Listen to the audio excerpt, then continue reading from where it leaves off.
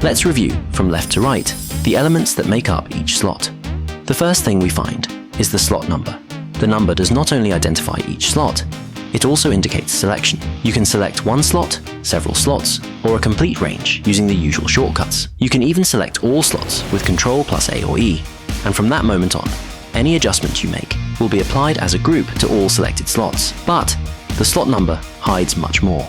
With a right click, it opens a context menu with basic functions, such as inserting, resetting, or deleting slots, and also much more powerful options, such as editing the file in an external editor, locating it in Windows, checking and clearing markers, adjusting pitch in semitones, recalculating analysis, or viewing the technical information of the file. It also gives you access to everything related to Watch folder and Smartwatch folder, which will have their own separate chapter. Next, we find the transport controls, followed by the hotkey field.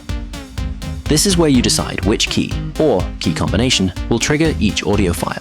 Click on the hotkey field if you want to customize which key will launch each slot. With one click, the capture dialog opens, and you can assign regular keys, combinations with Ctrl, Alt, or Shift, and even function keys.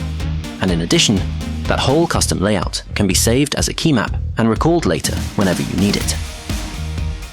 Next, we have the load field, where the file loaded into that slot is displayed. At the end of this field, you can also see the result of its loudness analysis in integrated LUFS. You can also set an alias for this file in the slot to give it a more user-friendly name, which will help you at TJE Gig. You can load files into a slot by dragging them from Windows, or by double-clicking on the load field itself, which opens a very complete pre-listen window.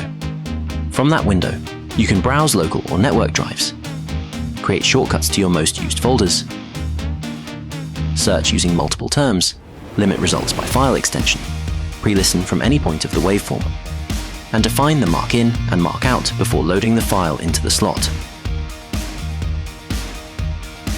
You can even route the pre-listen output through a different sound card output, keeping it independent from the main audio output. And from this point on, the truly operational part begins. The loop button looks simple, but with a right click, it reveals a particularly useful function, loop with auto crossfade. Perfect for backgrounds, beds, and continuous atmospheres. If the slot does not have its own fade in or fade out times defined, it will use the program's general crossfade times. The NSS button, or non-stop slot, makes that slot impossible to stop by other slots. And the FXL button, or FX launcher, does exactly the opposite. It allows that slot to be launched without stopping the others, which is ideal for sound effects. Next, we find the start and finish actions. This is an extremely powerful tool that lets you decide what should happen when a slot starts or finishes, put another slot in CU, stop an active slot, enable or disable the general crossfade, launch another audio file, or even chain more complex behaviors. In other words, real automation, integrated directly into each slot. The small waveform in the slot is not just there for decoration. At a glance, it shows you the total duration of the file, the elapsed time, and also where the mark in and mark out are defined, represented visually, so you can adjust them instantly, directly from the slot itself. It also allows you to create a dynamic jump in playback by clicking on any point in the waveform. But the really interesting part appears when you right-click on it. This opens a compact but surprisingly powerful audio editor. From this window, you can adjust the mark in and mark out by dragging their markers, reset them with a double click, configure fades with total precision, choose the fade in or fade out curve, zoom with the mouse wheel, move across the waveform, and even work with fine adjustment to accurately refine each point.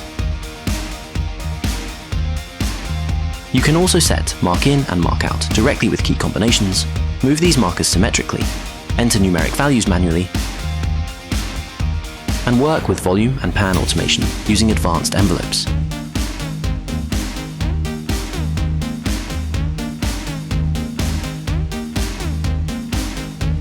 And if you enable Wave Monitor, this window will automatically display the slot that is currently playing. Next, we find the volume, pan, fade button. This is where technical control becomes truly serious. You can define a loudness target in LUFS based on the EBUR128 standard, adjust panning, set fade in and fade out times for each slot, and configure a play delay to delay the start of a file by exactly the amount of time you need. In addition, if that file is in loop, you can decide whether that delay will only be applied on the first start or also on every loop cycle. And on top of that, each slot can be assigned to a different audio output, which is especially useful when working with multiple interfaces or multi-channel systems. The color button adds another layer of visual organization. You can assign a color to each slot, adjust its intensity, reset it, or quickly recall the last color used in order to maintain a consistent visual logic throughout the project. The Notes field lets you leave visible annotations directly in the slot, which is very useful when you need quick references during operation. And finally, the Close Slot button. Simple, direct, and useful. A quick way to remove a slot without wasting time searching through menus. Altogether, all of this turns each slot into much more than a simple audio trigger. It becomes a complete playback, editing, automation, and control module, designed to work fast, precisely, and without breaking the rhythm.